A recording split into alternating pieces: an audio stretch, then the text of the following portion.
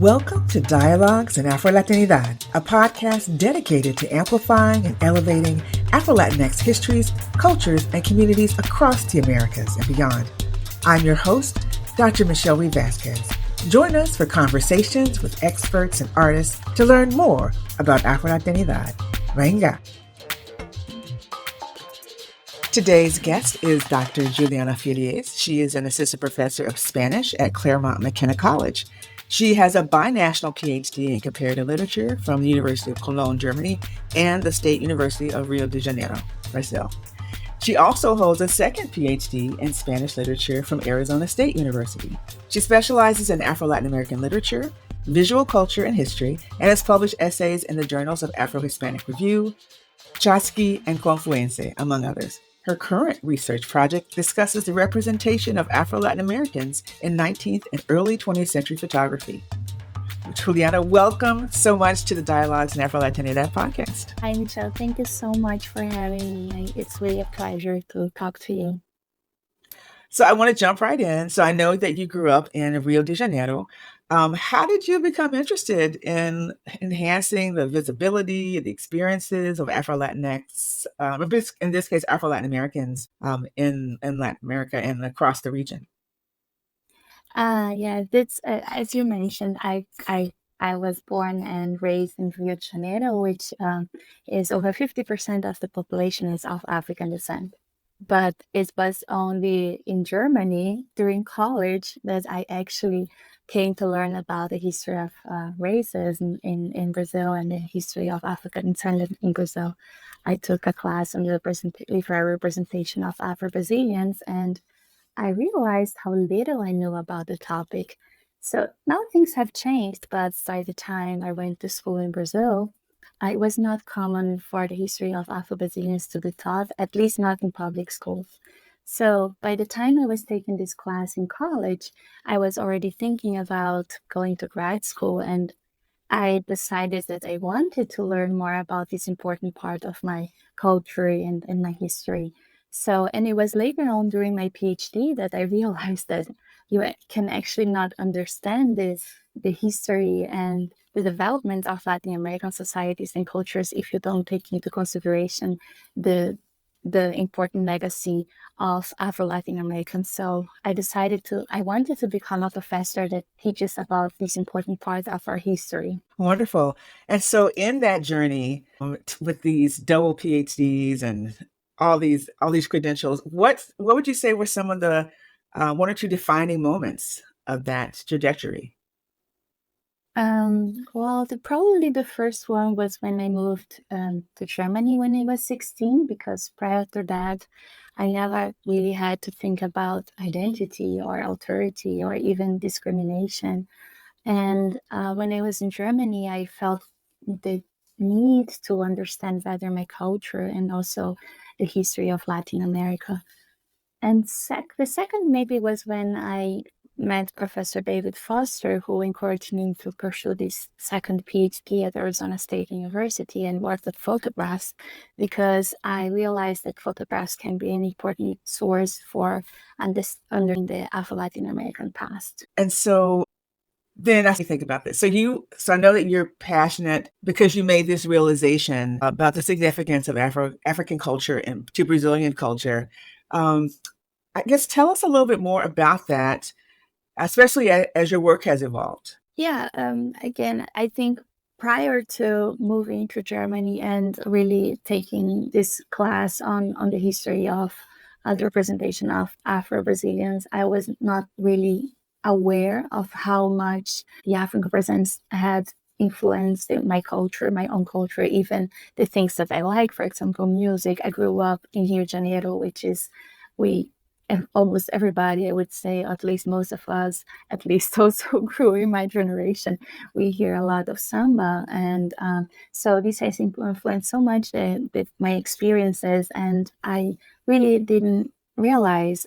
And now that I teach also on this topic, I can see that many of my students have the same experiences. And I think this is something that I'm passionate about, like making my students realize how much sometimes, I have very often also Afro Latin American students that they It's true. I see it. Now I recognize this as well. And I think this is a very, um, it's a beautiful experience. Like for me, it was very beautiful to recognize that. And I really am very passionate about like teaching this to my students that they can also realize how much of the African presence is in their own culture. And I want to go back to some of those pieces that you mentioned. The class that you took, the class you went, my goodness, how did I not know? Or how did what was it that struck you about the course? And do you take any of that into your own teaching into the classroom? Yes, this class was more focused on representation of Afro-Brazilians in different media, mostly literary works.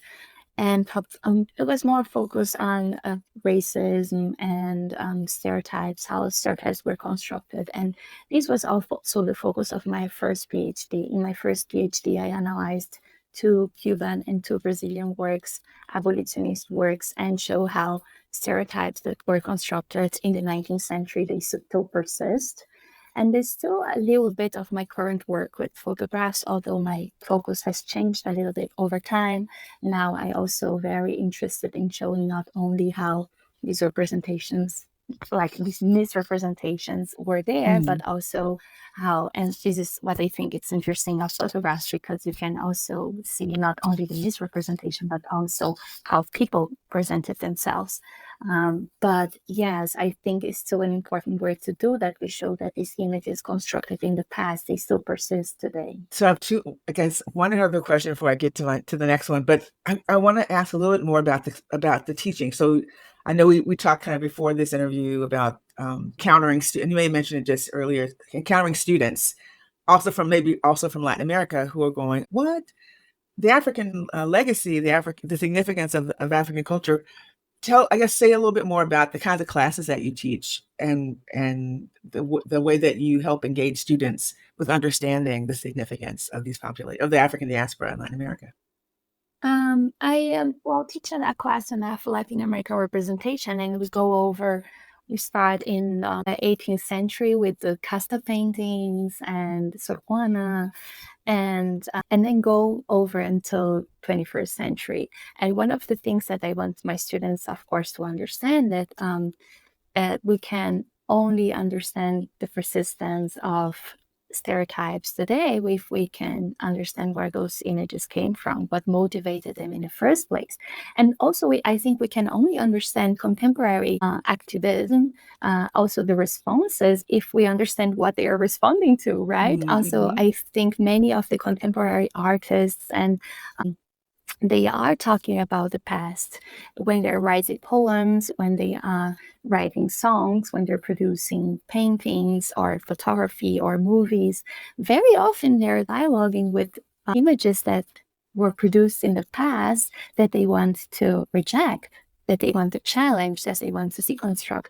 So I think it is super important to talk about what people now are doing. But I think, especially in the 19th century, Mm. um, if you don't understand what's happened in the 19th century, what happened before, if you don't understand scientific racism, it's difficult to understand what now people are talking about, what they want to challenge, what they want to reject.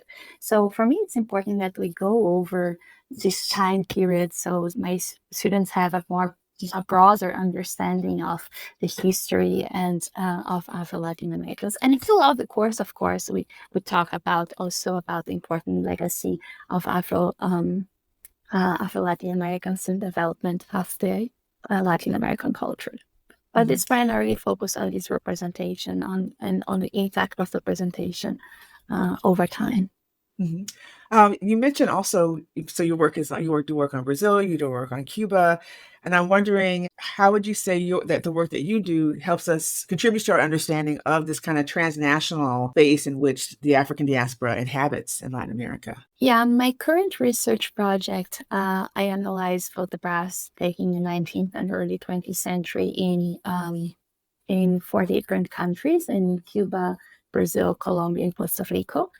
And I show how Afro Latin Americans were misrepresented, right, in a variety of settings. For example, in in anthropological photographs, in pictures, they were also exoticized in pictures produced as postcard for the tourism industry. Sometimes photographers also obfuscated Afro Latin Americans agency, for example, in the Cuban War of Independence.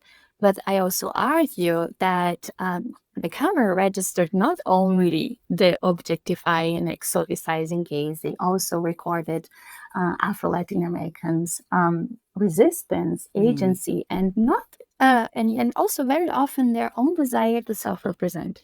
So and this was transnational, right? It's not only in one specific place.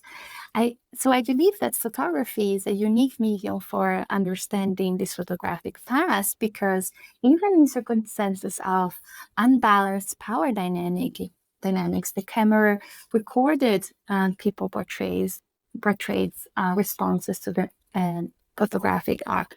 So it's different from many other media, such as paintings, for example, because even if the photographer wanted to, he could not fully control the photographic outcome. So, and recent scholarship has talked often about those silences in the archives of Black lives, right? And because the voices of Black people were often not recorded in historical documents. So I believe that photography can offer us an alternative interest, and of course, to some extent only, but it can help us break in part those silences, because it truly recorded the responses and perspectives and points of view of people portrayed. So even though I really believe that photography can be important for reviewing and revisiting the past, there's still there's not a lot of literature on this topic. So I hope that my research can contribute to filling this gap in scholarship. Yeah, that sounds amazing. I wanted to also ask, in thinking about the way that the images also didn't just portray the perspective of the photographer, but also the, as you say, the silences and resistances of the subject.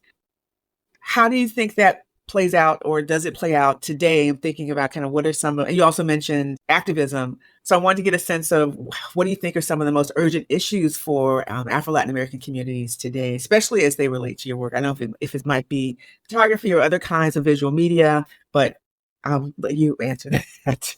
Well, okay, I teach this class in representations, not only focused on photography, but I did talk about photography also a lot in my classes. So one thing that I talk to my students always is that, again, to understand the persistence of stereotyped images today, and also the persistence of racist structures, we need to look back. We need to understand the past, right? We need to understand where those images came from, what motivated them, be it, for example, tourism industry, exoticized images. And very often those images circulated in a variety of forms, in photography, postcards, but also text, and were motivated sometimes, or were political motivations, and were endorsed by people in power, such as scientists sometimes. So we need to understand where is behind those images. And also we need to understand that those, they do not disappear from one day to the other, right? That they continue to impact the lives of African diasporic people today. For example, there are studies today that show that Black women are at higher risk of having complications during their pregnancies, and they're less often offered epidurals, for example. And this is because there's still this idea that Black women somehow are more resistant, or they feel better with the pain. And I think it's urgent that they talk about these very old stereotypes that continue to persist today, and they continue to impact the lives of many people. And I hope that my work on these photographs of the 19th century and beginning of the 20th century can contribute to this dialogue. Okay, so it's really fascinating how those kinds of stereotypical images continue to have resonance today in very harmful ways that maintain disparities and all of that. So I'm really glad that you and other scholars are continuing to do that work to make sure people understand that these are not old ideas. that they are very much with us today, even though they come from the past, and that we really have to continue to work every day to combat them. I wanted to kind of get into our last question. In terms of I'll say in addition to the work that you do, your scholarship, your publications, what other kinds of resources would you recommend to people who are interested in learning more about visual culture of Afro Latin America, of Brazil, Colombia, Cuba, and others? Are there other kinds of texts or music or digital projects or websites that you'd like to share with us that our listening audience can engage with? About representation, it's a huge name in the field, but I think I still highly recommend to my students. For me, it's really fundamental. His work is the works by Stuart Hall, and there is even a recording. It's easy to find that he talks about representation in the media, and he talks precisely about that it's not enough to come now with new images if we don't really deconstruct old images. I think this is fundamental. I totally agree with him. I think new images, new positive images are important, but we still need to talk about also the old images. For those interested in working with photographs, especially as a way to understand the agency of marginalized communities, I highly recommend works by Ariela Aisha Azoulay, especially her book on the civil contract of photography.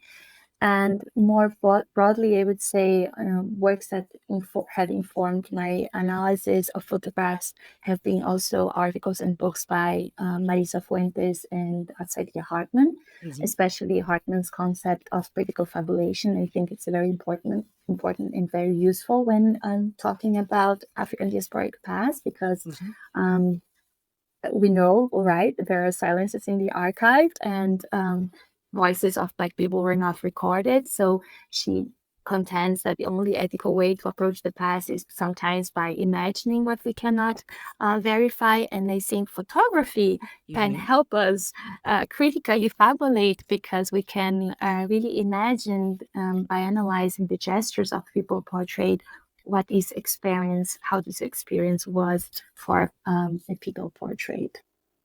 Wonderful. We'll make sure those resources get on our website. Thank you so much for talking with me and learning a little bit, sharing with us your journey into Afro Latinidad studies. And we look forward to, I look forward to your work coming out so we can get dig in more deeply to your analysis of these photographs. And thank you so much for joining us today. Thank you so much for having me. Thanks for listening.